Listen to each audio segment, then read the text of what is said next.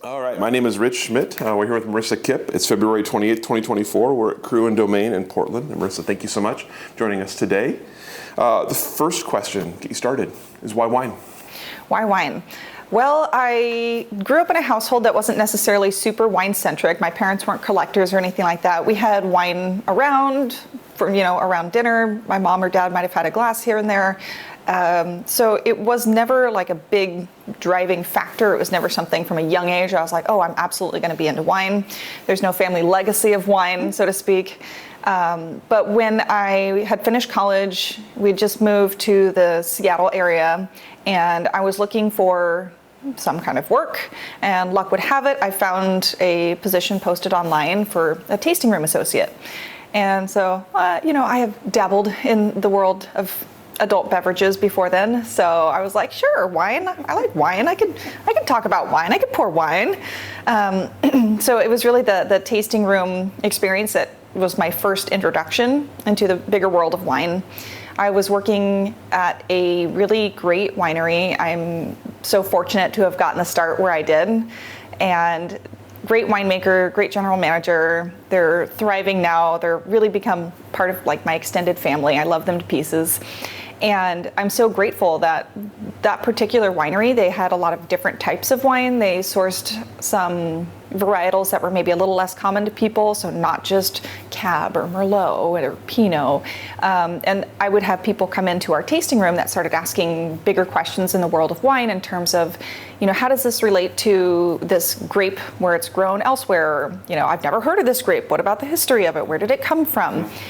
And I'm that type of person where I was very quickly unhappy not knowing the answer to those. So I spent a lot of time kind of researching specifically the grapes and wines that we were representing in that tasting room.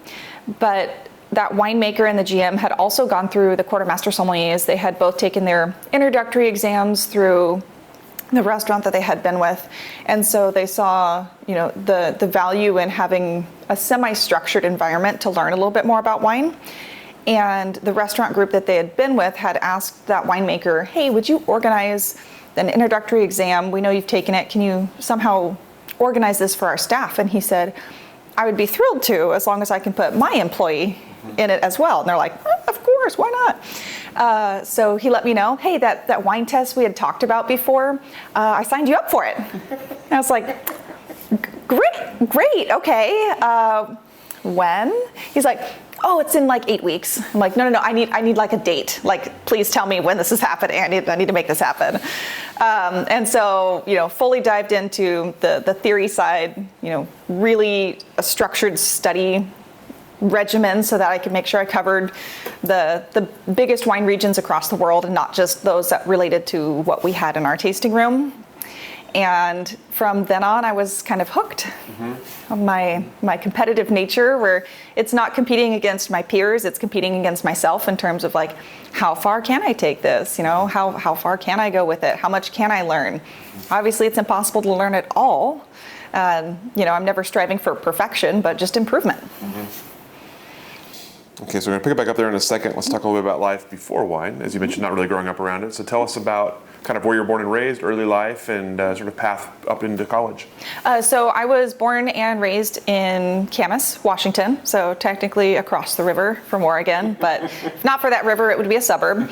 And yeah, I stayed around town most of the time. I came into Portland a lot growing up, which I think helped lead me to appreciate the food side of, wine and food together collectively.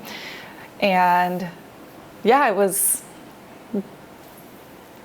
basic. I mean, I have no complaints in terms of my upbringing where I grew up, and it's lovely to be, I still have family in the area, so that was a big determining factor to move back to town. So before my husband and I started having kids, we were like, yeah, I definitely want to be close to family. Tell me about college. College, Washington State University, go Cougs. We can travel around the world and we still get go Cougs if we have like a hat or a sweater on. So that's a fun community to be a part of. I think it helps being in what is, a small college town. There isn't a lot to do outside of town unless you really like to grow lentils and wheat. So everyone that goes to that school has a very common and shared experience. So that helps with the community of alumni. Before the tasting room job, did you have an idea what you wanted to do with your life? Not really. I've always been in hospitality or sales where I'm customer facing. I used to sell knives at one point. I also used to teach ballroom dance at another point. So varied background, and it wasn't really until I started in the tasting room and got into wine that I really felt like I had found my home. So you mentioned, obviously, you kind of got thrown in the deep end. You got a test coming up. You got to start learning about wine. Tell me about starting to learn wine at that level. What intrigued you about it? What kept you wanting to learn more? And what did you find were the most kind of interesting things you were learning at that point? Well, it started with making sure I knew everything that we had at my particular winery. Like, I had every single thing that was on a technical sheet in my head. And then I started to ask the deeper questions of, okay, what does that mean? Like, great, if I can list off, an oak regimen, let's say, for a given wine, what does that mean for the wine? So it kind of made me start questioning the how and the why behind wine, not just you should get this, these are the tasting notes, the end. So I started getting a little more interested with the process, and being there at that winery, I got to, see behind closed doors, peek behind the curtain, and watch a lot of the winemaking practices because it was on site there. So it was interesting to see what all was going into these bottles of wine, and not just taking them at face value. You're like, great, it's grape juice, the end. And from there, again, just learning that there was so much more to the world of wine. Like, every time I came across a fact or had somebody ask me a question I didn't know, it made me dig a little deeper, maybe acquire a new book. Books are my love language, so I have a collection of books, and also an ever-growing list of books I want to acquire. For that reason, I will always be a lifelong student, regardless of certifications or any of that. There's no end point for me. I will always keep learning. And as I learned more, I realized how much more there was to know. So yeah, it's endlessly fascinating. There's so many different aspects of wine that you can look into, and nerd out on any particular fact or region or grape, and you name it. So as you were customer facing and learning at the same time, tell me about sort of the confidence level or the communication level as people were asking the questions that before you couldn't answer.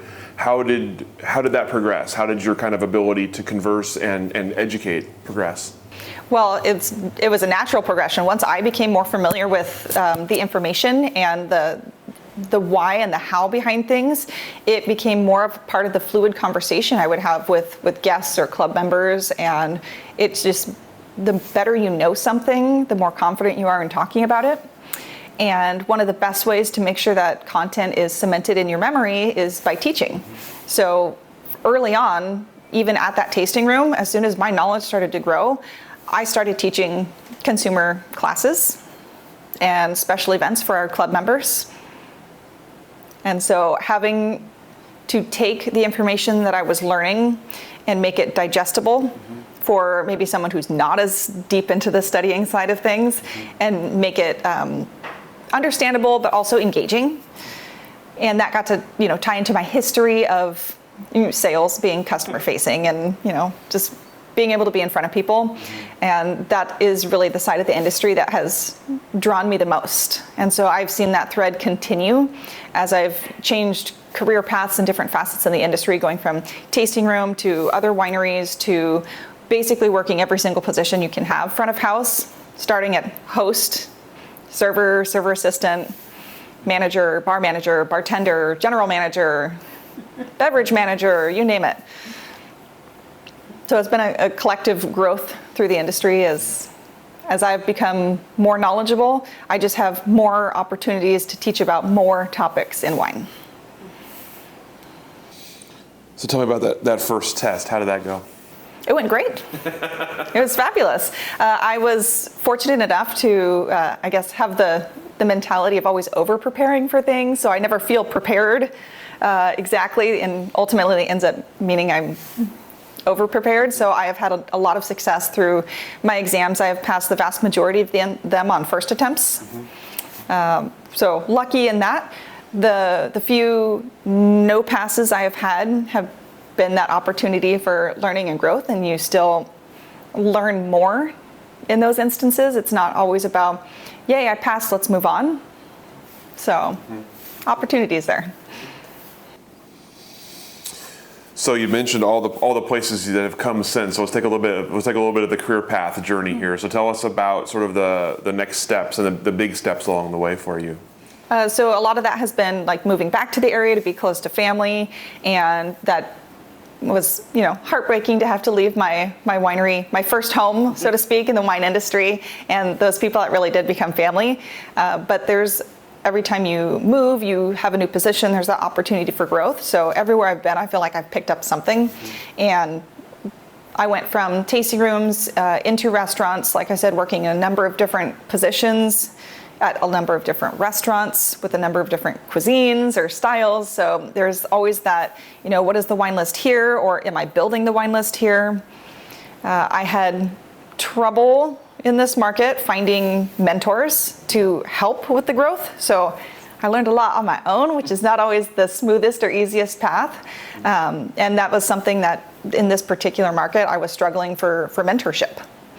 So as part of my path now, as I have grown a little bit and had different experiences in the industry, I try and make myself available to be a mentor for those that want it, which is part of the benefit of being in this shop. We run blind tastings every week, so we get a lot of industry people that have upcoming exams, so they need to get their repetitions in, their practice through whatever program they're in. And so it's fun for me to be able to help guide people through that process, since I've also been through a number of those myself. And it's also fun to, still have the exposure to consumers that are coming in that are new to wine and not as far into the studying side of things. So they have the opportunity to, ask the questions they've been wanting, and we try and make it a really approachable and easygoing atmosphere so they don't feel uncomfortable asking those questions. I also get to teach the educational courses that we have here as well going. So those just started this year. It's a fun opportunity to take a little bit deeper dive into specific wine regions. For example, the last one I taught was just sparkling wines around the world. A lot of people don't realize how you get bubbles in wine. So there's a little bit of the educational, like, this is how the bubbles are there. Now let's taste some bubbles and why they're different. So let's talk about I'm curious from going from tasting room to like a restaurant setting. That's a different kind of approach to selling wine, different kind of understanding. So tell me about selling wine in a restaurant space and all the different roles you've had. How did you find, what were the successful ways of selling wines in restaurants? It's being able to connect with everyone that comes in at their given level. So there's plenty of wine enthusiasts that come in, and there's plenty of people that are just like, I just need a glass of something. Which of these 3 or 4 options do I pick? So being able to find ways to talk about wine that are relatable for any given person at any given level. So it's something that has continued to evolve, and it's something we continue to see here, where we have plenty of unicorn collectible bottles that people have read about or heard about or fortunate enough to own. And then we have people that come in that have never been into the shop before, and they're like, I don't know, I just need a bottle of something for dinner tonight. So it's been the process of how do we talk about wine in an approachable way. Tell me what kind of wines you've enjoyed in the past, and based on the 3 things you've told me, I can recommend these other 3 wines because of that. So also being able to relate styles of wine across the world, which is, again, going back to my very beginnings, why I started learning about wine in the first place, was to connect wines we had with wines around the world that they may be familiar with already, and just growing and expanding upon that. Tell me about, you mentioned being a director, being a wine director. Tell me about building a wine list, and what's sort of the theory for you behind a wine list? It depends entirely on the concept of the restaurant, because how you'd build out a wine list for like an Asian fusion restaurant would be vastly different than a French bistro or an Italian trattoria. So always taking a look at the major concept that you have behind the restaurant as well. The wine list that I had built from nothing was not truly my own. There was a lot of criteria that I had to hit from upper management. So if I was to build my own wine list from scratch, it would be a little bit different than that one that I had in my past. But again, everywhere you go, there's the opportunity for growth and for learning. So I have learned to make wine lists based on my studies. As I'm studying wine regions, you learn about producers that have helped shape the style of the wines, or are the biggest producer or considered the best producer. And so throughout studying the wine regions of the world, you come across producers that you want to know more about, you want to hear their stories. And so we get the opportunity to put a wine list together, and we want to feature those wines. So in any given wine region that you're looking at, there's always the top 5, top 10 producers, or more in some cases, like really well-known areas like Bordeaux or Burgundy.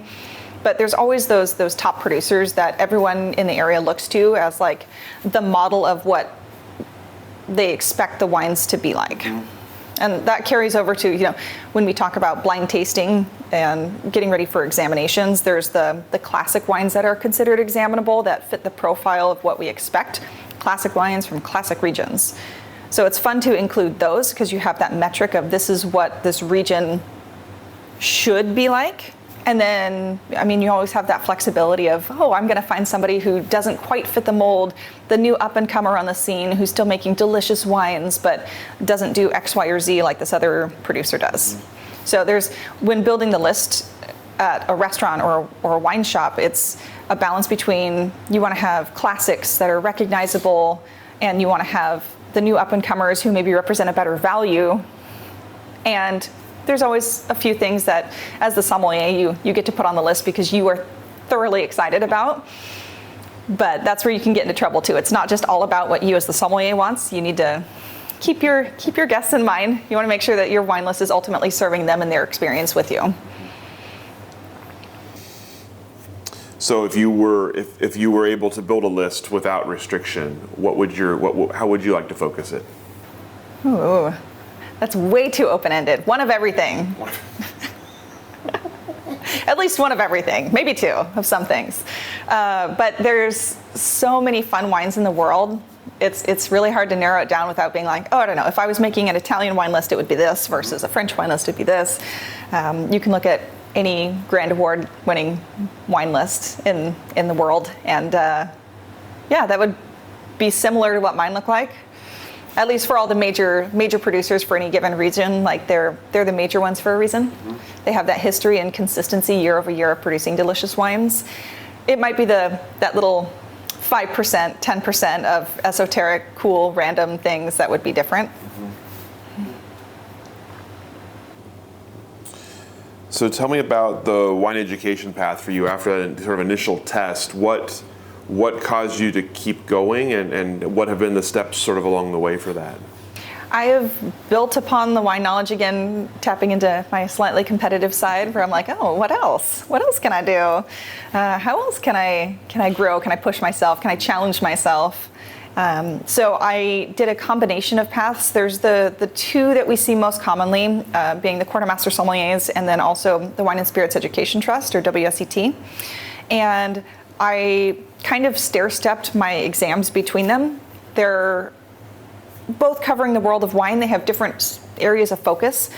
So they're not exactly the same material, but collectively, essentially, it's all the same thing. You're learning about the wines. You're learning different, maybe grid systems for doing blind tasting, but you're still learning the same skills, and you're still evaluating wines. If you're using different words to do so for one over the other, okay. But it all kind of built on each other. So I took my introductory exam at the Quartermasters as the first one. I think I did my certified exam with them next, so technically the second level. Then I jumped over, did level 3 with WSET. I did the Certified Specialist of Wine exam with the Society of Wine Educators. And then advanced exam, WSET diploma, which I hold, and then pursuing the Master Sommelier exam for now. Next, I'll do Master of Wine, glutton for punishment. So again, it's not an end point. It's not great. I got this one certification that I was aiming for, and that's it. So it's going to be something I continue to do for life. Again, the accumulation of books is big for me. So the more books I own, the greater measure of my own personal success I see it. I have many leather-bound books. Of the successes so far, is there one that you're proudest of? Is there an exam that you felt was a specific challenge or you did particularly well on?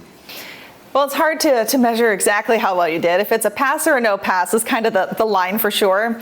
I would say the one I am most proud about would be my advanced exam with the Quartermaster Sommeliers. It was, the year was 2017.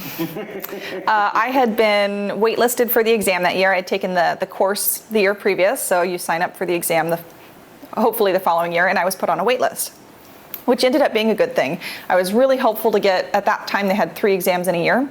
I was hopeful to get the first exam because it was here in Portland. I wouldn't have had to travel. And I was also 8.5 months pregnant. I was like, great, I would love to do service with the big pregnant belly and just make it work. It'd be great, fantastic. I didn't get into that exam, which was all right. I'm sure the stress at that point in pregnancy probably wouldn't have been great. The exam in the middle of the year had kind of come and gone. I had a newborn, didn't really think of it. Then I got a phone call later in the year that said, hey, you're off the wait list. We have a seat for you for the exam in November. Would you like it? I'm like, great, that's 7 weeks notice and I have a 5-month-old.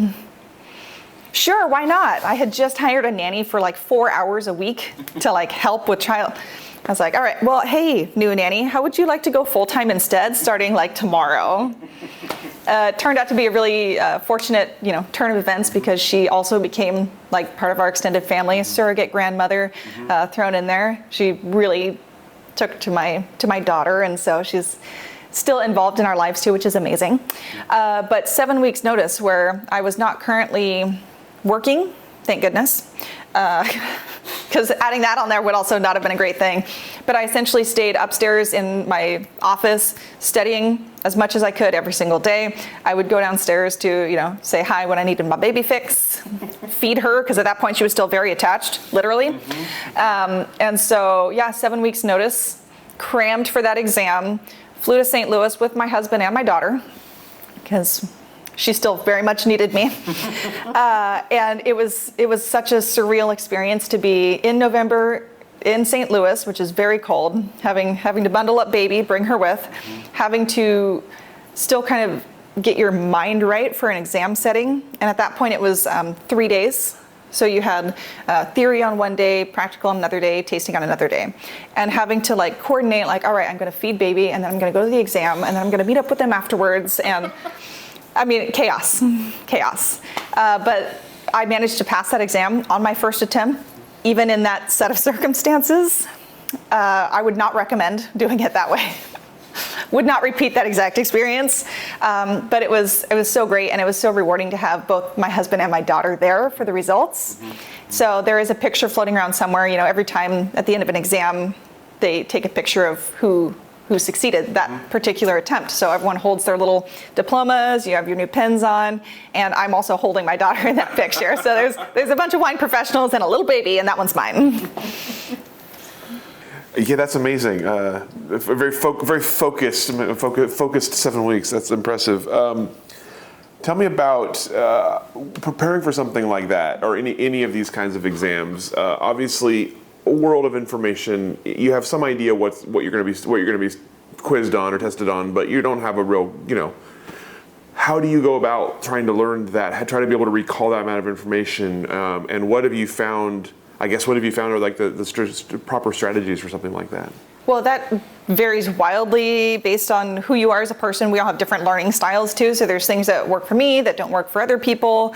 For me, what has worked is drawing maps by hand, not tracing them, which means my maps are very ugly. Very, very ugly, especially at the start. Basically, if I can draw a map with just bubbles, like, all right, this region is kind of looking like this, and this is where this is. The main goal for me is not how pretty can I make my map be, how accurate can I be with the exact designation of a line between appellations. It's more, do I know where everything is in relation to the things around it? So if it's not exact, okay, but if I know generally this region is east or west of this one, you have this major river, you have this mountain range, major cities. So if I can get that kind of rough idea, I've created a basic equivalent of Google Maps in my brain, where I can think of the country and then kind of zoom into the region I'm looking at or studying, or zoom in further than that. So it helps to have a geographical representation of knowledge So I'm like, great, if I'm looking for this, I know I'm going here, and then I zoom in a little further and I know it's here. So it helps to not just have like lists or pages of information. If you can tie that to a physical location, it's easier for recall. That being said, there's still plenty of rote memorization. I have plenty of note cards that I go through very regularly. But again, going back to what my passion is too in the wine industry with teaching, if you can teach the material, ultimately you know it best. If you can't explain something to the point where my now almost 7-year-old would understand, that means you don't understand the information well enough yourself. You should be able to break things down into digestible pieces for anyone. And that has helped in my career, being able to talk to consumers and then switching gears and also being able to talk to those going for higher level exams in the industry. How have you felt your appreciation for wine as a consumer of wine change? Has it been easier? Has it been harder? Is it, when you know all this information, how does that affect your palate? How does that affect your enjoyment? It affects my wallet. So my husband has a distinct memory of back in college when, out of curiosity, not because I thought it was going to be good, but we were at the store and I was like, I want to know what that cheapest bottle of wine tastes like. It was not good. So it's one of those, like, I found as I've kind of passed certain thresholds and price point, like it's hard to go back. So for those people that are like, I don't know, I really like this $9 bottle of wine. Great, buy all of it, drink all of it, continue to enjoy it for as long as you can, because once you get past that, going back is a little more difficult. And all the wine things you learn and all of the knowledge I've accumulated for over a decade at this point easily, it's been boiled down to two things. There's two kinds of wine in the world, wine you like and wine you don't. And so I can drink cheaper bottles of wine and enjoy them and have, styles that I'll gravitate towards. Like, absolutely, there's what I consider my Tuesday wines, the side of the cellar that I won't be mad at if somebody pulls a bottle from. Then there's the other side of that where it's like, I'm buying these for a reason because I know this producer, I know they make great wines. I'm buying them to lay them down and let them simmer for a little bit, and I'll revisit that in another couple of years. So it's been two separate paths where it's like, yeah, I can still have a glass of just about anything and enjoy it in the moment. But if I'm choosing to purchase my own wines, like I've expanded my range, and I can see the value in buying bottles that are hard to find when I come across them. Similar question about from sort of the knowledge education, the memorization education. I'm curious about the blind tasting education. Obviously, you mentioned that's something you have to practice often. Tell me about that, about kind of the steps of starting to understand, starting to be able to recognize what have been sort of the keys for you along the way for that, and how do you keep it going? How do you keep it up? So the accumulation of blind tasting, there are no shortcuts. It is just a matter of practice. For anyone that's like new into it, that's like, oh, what's the key to this or that? Like, practice. I have made more mistakes than I have had successes, and that will probably always be the case for many, many years yet to come. But it is the practice of it. So starting off in my early exam days, I was fortunate enough to have some good tasting groups, some good study buddies.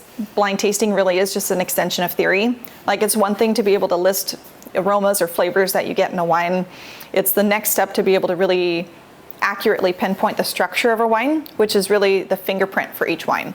Once you can accurately identify alcohol levels, acidity levels, tannin levels, or phenolic bitterness in wines, those are the things that are going to speak and let you call a wine accurately time after time, not just how any given wine is giving you, oh, this aroma or this aroma.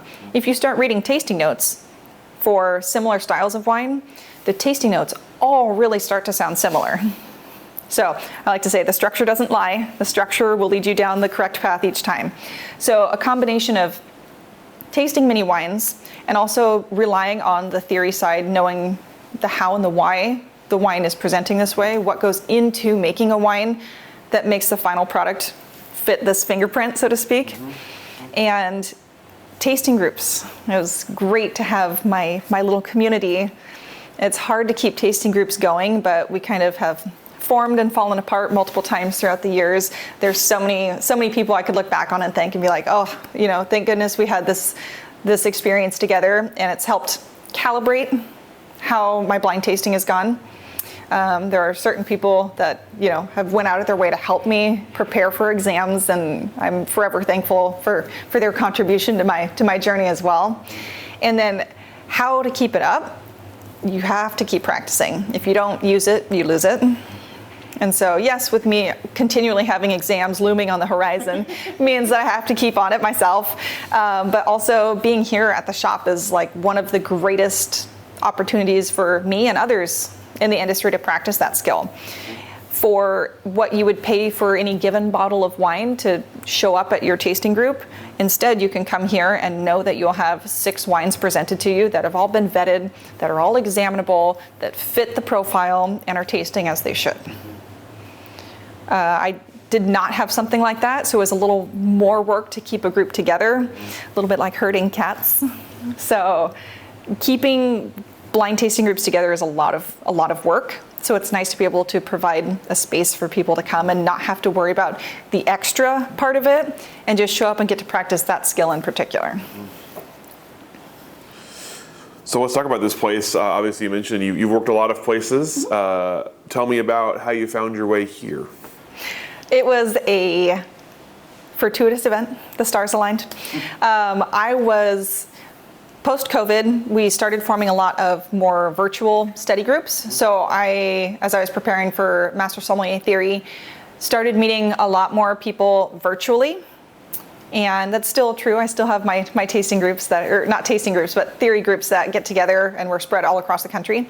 But with this particular group, we had been studying together for a while, and at one point, this guy named David was like, "Oh yeah, my hometown, Portland," and I was like, "Wait, that's my. What are you talking about?" Like, we didn't even realize that we were in the same area for months, which is laughable now. But I mean, it speaks to the group because we got on our calls and we got down to business. We were studying wine. Didn't have all those other frills of friendship. What is that? But it was funny that that's how it kind of came about. And he had mentioned on a call one time that he was looking for some help in the shop, and I was like, I've never actually been in. I should go down and check it out. So we had talked about it, and they were looking for somebody. I was looking for a change. It helps to work days with now my 2 kids. So it was all the right pieces falling together. And now at this point, with both David and I preparing for Master Sommelier examinations, like, it's so nice to have a study buddy in-house where we can quiz each other on theory on any given day. Like, great, I'll pull up my note card deck on this region. Let's talk about it. Or we get to intentionally study regions by picking a theme for, let's say, the wine flight for the week, for our monthly events that we host. If we want to do a deep dive on things, we can make it happen in this environment. So you mentioned all the kind of the roles you've played here, including education and all of that. Tell me about, I guess, introducing yourself to the shop and then also kind of making your mark here. What was your sort of introduction to this, and then what have you sort of added? Well, I know that they've always wanted to have the education courses here. That's always been something that was a wish list item. And now the shop has hit 2 years. So they've been open for 2 years. I've been here for almost a year myself now. So it was one of the things where I knew I had the history of teaching classes and creating content for them. And it's always been my passion. I know it's always going to be what I end up doing in the wine industry. I will always be educating or mentoring or, sharing my love of wine with everybody I can. So I kind of spearheaded the effort with, all right, let's get the classes off the ground. Let's do it. I'll commit to being the one leading the charge on that avenue, so to speak. The wine knowledge, it's great to have. I mean, I talk about knowing the top producers for any given region. You can walk around the shop, and for every region here, there's at least one of what we would consider a benchmark producer for that area. But then we also have the fun ones that are newer on the scene, new generation taking over, something new to the United States or new into Oregon. So we try and find the fun, lesser known things too. And again, because we don't have any real guidelines or rules, we get to curate the wines that we like.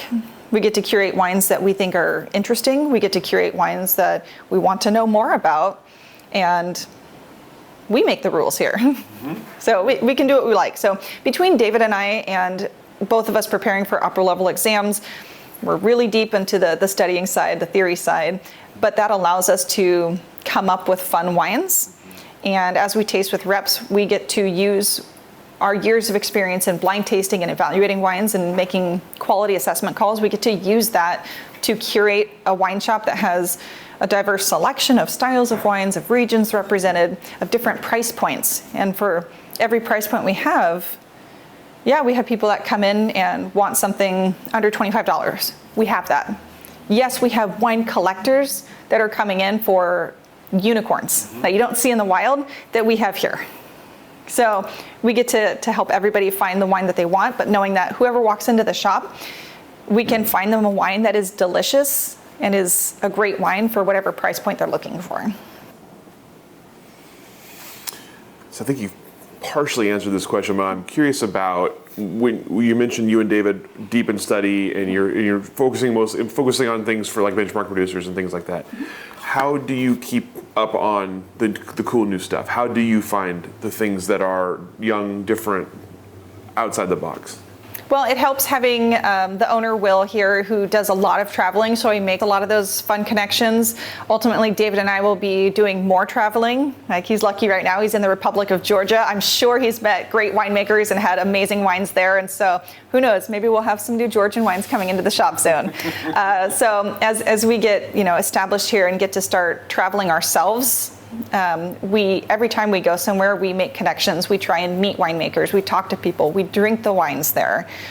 So every time that we do anything involving wine, it's getting tucked into our memory bank of, I remember when I was here or there and we had great wines. I met these producers. They have a great story to tell. They make great wines.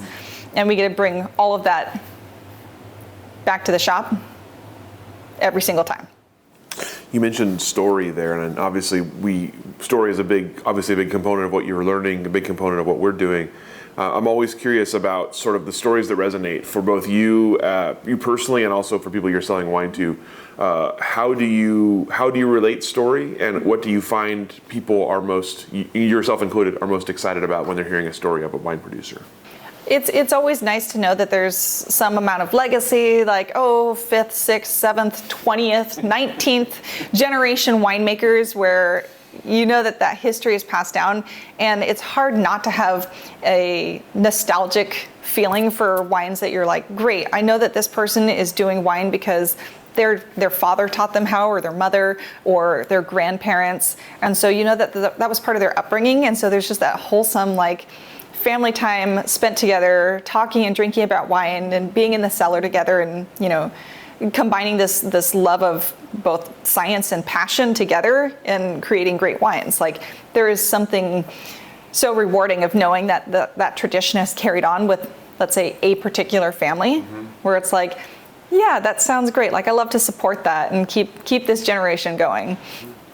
So that's a part of it. There's also the part that not only, for me personally, but the wider market of wine consumers now has a greater recognition for conservation efforts. So sustainable practices, organic practices, biodynamic, bee friendly, live certified, salmon safe, you name it. There's so many of them to adhere to. So I think also having a part of that has been great for people to connect with as I'm talking about wines. But for me too, like, we have to say thank you to the earth that's giving us these great grapes, as well as the farmers that are doing their good work to get it into the winery, and all the winemakers' efforts from there. So if there's that sustainability, that focus of, we're trying to take care of our land, we want to make sure that we are doing the right thing as much as we can, then that, I think, resonates with people as well. So let's talk a little bit about Oregon, and the first question I'll ask is sort of how Oregon fits in the shop here. How does Oregon fit in the greater world of wine? I guess we'll start there. Well, Oregon is kind of an amazing and unique wine growing region. Considering you look back, let's say Pinot Noir and Chardonnay, those are our bread and butter here in Oregon. But they got their start in Burgundy. back in France. And you have hundreds of years of meticulous note-taking by monks in the area that had nothing better to do other than take notes about what they were growing in their gardens and in the vineyard. And I guess they prayed a little bit too, but that was secondary to the vines, I'm sure. But you have this huge, long history. And here in Oregon, we don't have that. Really, the Oregon wine industry kicked off in 1960s. So very young in the grand scheme of winemaking in the world. But what we have here in Oregon is an influx of winemakers and vignerons that come from all over the world that already are bringing a level of knowledge. We have, a lot more technology now for winemaking than way back in the day, and that has only benefited new regions like Oregon, where you have all these people that have gone to great viticultural schools that are bringing their collective knowledge. They've traveled the world, they've gone to these different regions, made wines with some of the greats in the industry, and they're bringing that back to Oregon. So yes, it's new, but we're starting at a higher point than some other areas have started. We've had some growth and learning curves along the way, and that's going to continue to happen. Speaking of, planting different clones or finding just the right vineyard site or right aspect. And that's continuing to be a challenge as we have climate change playing a role in that as well. In addition to all of the comprehensive wine knowledge that's being brought to the area, there's still a really great community in the valley as well. People are happy to share that knowledge with each other. You look up any winemaker from Oregon and you can see the laundry list of other Oregon producers that they've worked with. There's almost not that one person that's like, hey, I'm new here and I'm making fantastic wine with no help from anybody. That doesn't happen.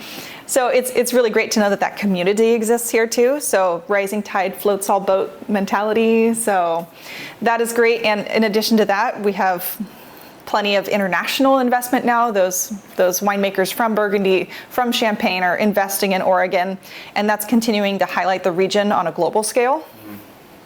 So there's just more and more attention being paid here about world-class wines that we're making for a young region. We also have the development of newer appellations, AVAs. So Willamette Valley was the big general one, and now we're getting all these tiny little nested areas because people are taking the time to really get to know the particular terroirs of Oregon. So it's not just, great, we're doing another appellation because we can. It's, we're doing this appellation because we can feel the unique voice of this area, regardless of winemaking methods applied. Some obscure terroir, we'll admit, like too much oak will do that. You'd lose that sense of place. But we're lucky where Pinot Noir typically doesn't lean towards that. So we were able to use this primary grape of Pinot Noir and look through the kaleidoscope of terroirs that Oregon has to offer through the lens of that one grape. So when you're shopping for the Oregon section of this shop specifically, what are you looking for on kind of a general scale? What are you looking for as representative of Oregon? It depends on which AVA you're talking about. So different AVAs have different voices. So for what we keep in the store, we try and have a variety of appellations and different styles of Pinot Noir. Pinot Noir is not just like one thing, for example. It's a huge spectrum of things. So we try and keep variety included, different appellations, different producers that follow different winemaking protocols, just so we can highlight the diversity. It's not just the one Oregon Pinot Noir. There are so many to choose from. Then we also have the added benefit of being able to offer some really cool vintage depth. Yes, young Oregon Pinot Noir is delicious. I highly recommend everybody drink it.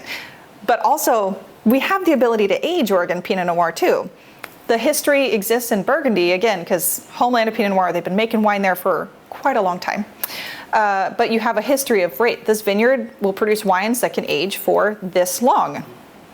Oregon, being newer, we don't have the long history to prove and look back and be like, look, we have Pinot Noirs that can hang out for 30 years and still taste amazing.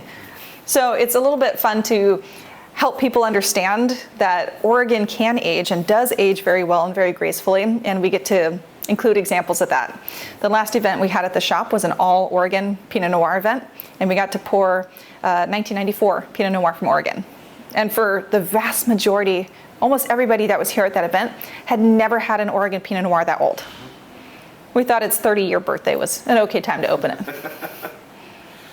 That's awesome. So with that said, tell me about what you're foreseeing for the future of the Oregon wine industry, and as you're kind of thinking how it relates to both the education you do and to the shop, what are you excited about that's coming in the future?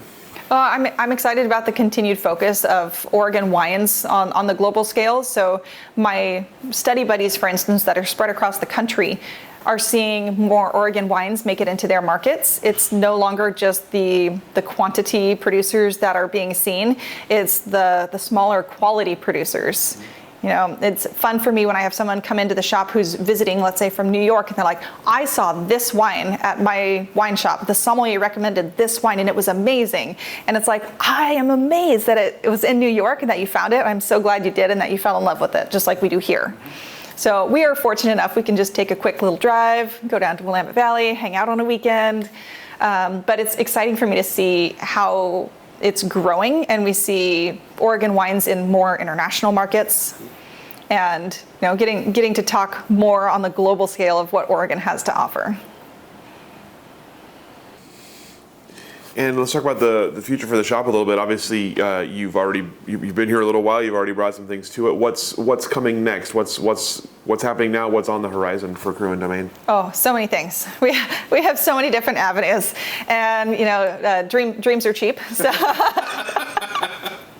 I would love to say that nothing is off the table at this point. We just had the distribution side of the wine business here take off, which has been amazing. We're getting to partner with importers and bring in wines that have not been seen in the Oregon market before. You can only find them here. Or if you buy from our distribution, it came from here. So it's fun to be able to be exploring new producers from around the world and highlight them here and expose people to those new and fresh experiences that they have not had before. There are plenty of other things that are looming on the horizon. I'll tell you about later. But nothing is off the table. If we can dream it, we can make it happen and make it become reality. So. With the education side specifically, how do you see that growing and expanding? Hopefully with a little more space, because right now I'm a little limited in terms of class size, but with the amazing response we had with this first offering, we did a little 6-class series, and you could buy them independently or as a whole. They filled up almost immediately, and we had only told our email list about it. So we didn't post anything on social media yet. It was just direct to those that are subscribed to our email. They got the first peek and it was sold out very quickly. So ultimately we'll be able to grow that. We'll have a bigger space to fit more people in at a time. And I'm sure that we're going to be doing more in-depth targeted classes. We'll have maybe parallel tracks running that are at different times, so that if one time doesn't work for someone's schedule, they could sign up for the other set of classes. So there's plenty of room for growth. I could expand on the industry side as well if I chose to get approved program provider status and could actually provide certifying classes for those in the industry as well. So there's that opportunity. Outside of that, tell me a little bit about what you're looking ahead to in the future, professionally, personally, otherwise. What's coming on the horizon that you're excited about? Well, ultimately, like I said, I'm going to stay in education. I'm going to be teaching. That's always going to be a part of what I do. So that's never going to change. I'm hopeful in the future I'm going to have a few more travel opportunities so that I can go to more wine regions than I have currently been to, and multiple visits. It's hard to get a full picture from anywhere you travel on one visit. So ideally in the future, as I keep on building classes and building my role here, is that I will be doing more travel. And sort of last question for you, you mentioned obviously mentorship, big part of what you want to do. Tell me about advice you would give or have given to someone who wanted to join the wine industry. Obviously there's a lot of different ways to join the wine industry, but kind of general advice. How would you suggest someone approach that? It depends on the person, what their ultimate goals are in the industry. I think there are so many facets to the wine industry that you can find your little niche no matter what it is that your area of interest is. So whatever your superpower is, lean into that and go for that, because you could absolutely make a home for yourself in the wine industry. We have all types and all different kinds of roles, and that's fantastic. So yes, if you're interested in the wine industry, dive in, do it. My advice would be get a a lot of different perspectives by doing different things, like I did. I worked for wineries and restaurants and distribution and retail. So the more diverse that you can bring your kind of background to, the better. And always be hungry for that growth of knowledge. Like find ways to challenge yourself mentally to keep learning more. It's never an end destination. You shouldn't stagnate or be complacent with where you're at. Like keep buying books, keep reading books. Don't just buy them and let them collect dust. Like actually read them, and keep doing that. And keep tasting wine. Always. And you always learn material better. If you're studying any given region, if you also have a glass of wine from that region, and it makes more sense. Like, oh, I understand why the wine is like this. Like you read all the things about it, you should be drinking the wine with it too. It's fantastic. All the questions that I have for you, anything I didn't ask that I should have, anything we didn't cover today that you'd like to cover? I don't think so. All right, excellent. Thank you so much for your Thank time, you. sharing your story with us, sharing this beautiful space with us once again, and we'll let you off the hook. All right, thanks. Thank you.